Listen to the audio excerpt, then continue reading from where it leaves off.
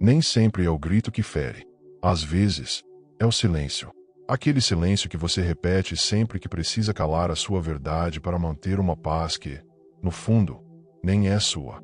Você aprendeu a sorrir quando queria questionar, a ceder quando queria se levantar, a dizer tudo bem quando, por dentro, tudo estava ruindo. E com o tempo, confundiu isso com maturidade, com equilíbrio, com amor. Mas será? Nietzsche chamava esse comportamento de moral de rebanho, uma espécie de prisão invisível onde você se mantém dócil, obediente, silencioso, para continuar pertencendo. Mas pertença sem verdade é exílio da alma. Você não está evitando conflitos. Está evitando a si mesmo.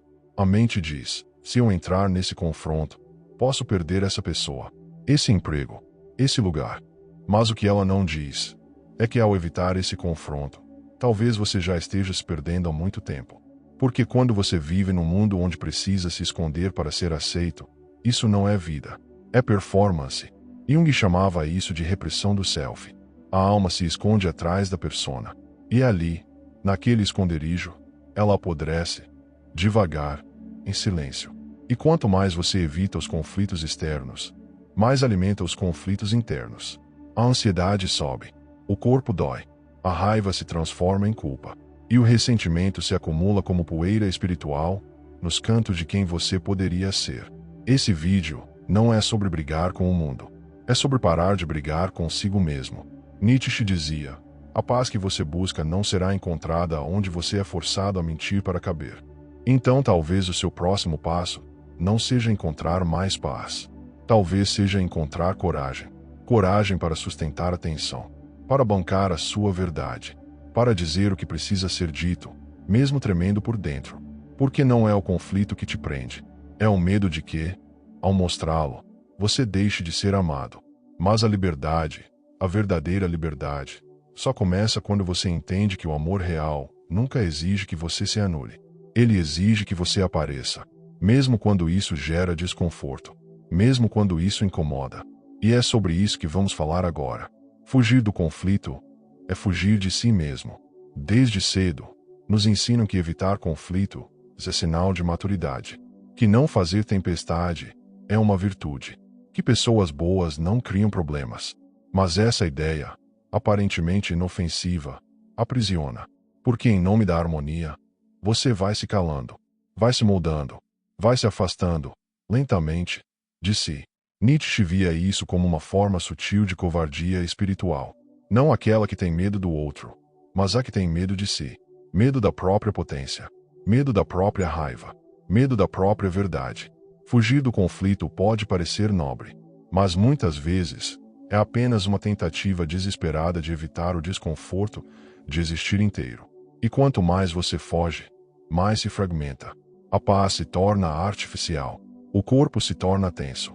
A alma se torna invisível. Porque o que você evita fora cresce dentro. A raiva que você não expressa não desaparece. Ela fermenta. Ela escurece. Ela se transforma em tristeza, em ressentimento, em exaustão crônica. O conflito que você evita fora se transforma no campo de batalha que você carrega por dentro. A liberdade, diz Nietzsche, não é para os fracos de espírito. É para aqueles que suportam a tensão do real, que não negociam sua consciência por conforto, que sabem que, às vezes, amar também é discordar, e que ser íntegro pode custar caro, mas viver em negação custa a alma. O conflito autêntico cura. A falsidade adoece. O verdadeiro conflito não destrói. Ele revela. Ele expõe as distorções, os jogos ocultos, os desejos não ditos. Ele limpa. Ele organiza. Ele purifica. Mas a ausência dele, quando imposta como regra, apodrece as relações. Nietzsche acreditava que o ser humano cresce pela fricção, pelo atrito entre ideias, pelo embate entre o que se é e o que o mundo exige que se seja.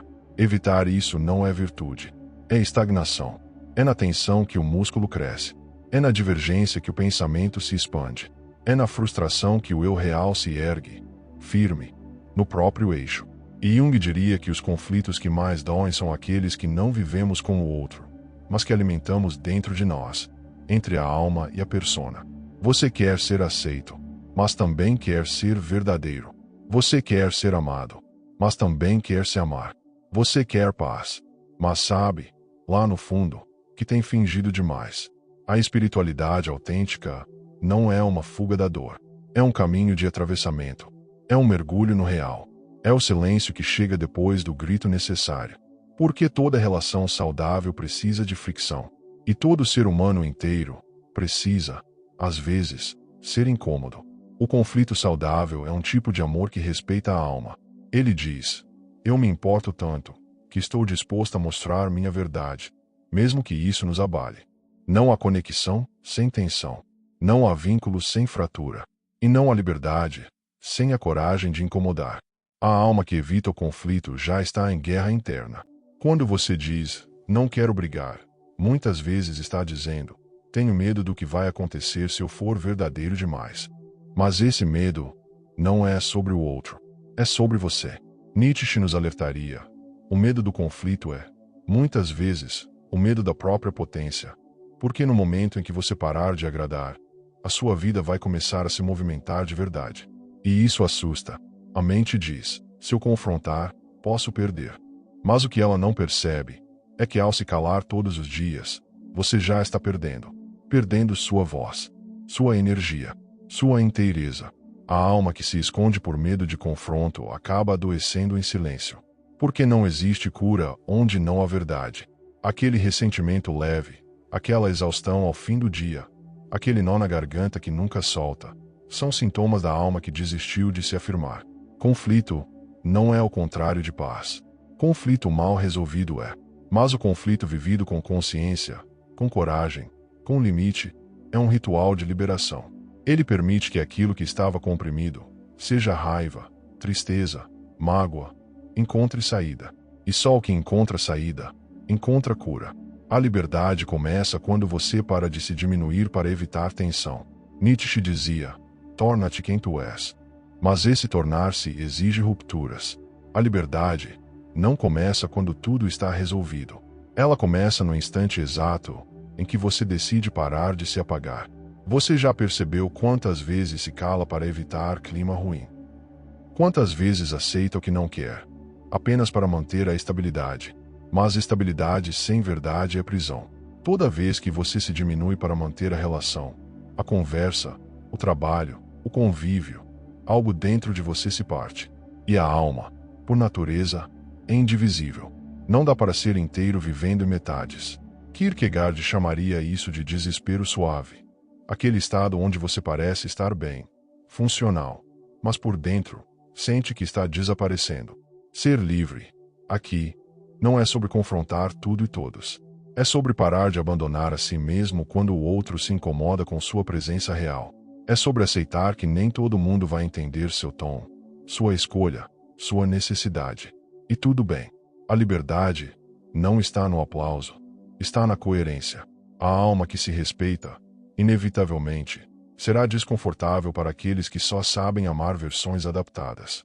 Mas é esse desconforto que limpa, que reorganiza, que faz florescer relações mais verdadeiras, começando pela relação com você mesmo. A coragem de incomodar é a ponte para a autenticidade. A verdade liberta, mas primeiro, ela assusta. Especialmente quando você passa a vida tentando ser fácil de amar, fácil de conviver, fácil de suportar. Mas Nietzsche diria, e aquele que quer nascer, precisa destruir um mundo. Às vezes, esse mundo é o da imagem que criamos para sobreviver. Incomodar, nesse contexto, não é gritar, é não mentir. É dizer isso me machuca quando todos esperam silêncio. É sustentar sua escolha mesmo quando ela decepciona expectativas alheias. É recusar o papel de bonzinho, boazinha, compreensivo, resiliente, quando isso significa apagar sua dor em nome da harmonia. Porque paz que exige sua negação não é paz, é adestramento emocional. Nietzsche sabia, a liberdade só é possível quando você está disposto a arcar com o desconforto de ser verdadeiro. E essa é a real coragem espiritual. Não a que se prova, mas a que se posiciona. Não a que busca aceitação, mas a que sustenta a presença. A coragem de incomodar, no fundo, a coragem de finalmente existir. O preço da liberdade é a verdade que você tem medo de dizer. Nietzsche não falava com o ego. Ele falava com a alma que dorme, sob os escombros do medo. A alma que sabe que precisa ser dito, mas hesita. A alma que deseja ser livre, mas se encolhe para caber. A alma que cansou de agradar, mas ainda treme diante do silêncio após o não. Mas é nesse ponto, quando a mão treme, quando a voz falha, quando o outro se afasta, que começa a liberdade. Porque finalmente, você não está mais fingindo. Você está ali, inteiro, com sua luz e sua raiva, com sua ternura e seus limites, com seu amor e sua firmeza. Nietzsche não pede perfeição. Ele pede verdade. E a verdade, quando é sustentada com amor e presença, pode ferir no começo, mas cura no fim. Você quer ser livre. Então abrace o conflito que vem com a integridade. Porque no fim das contas, não é o confronto que destrói relacionamentos, sistemas ou caminhos.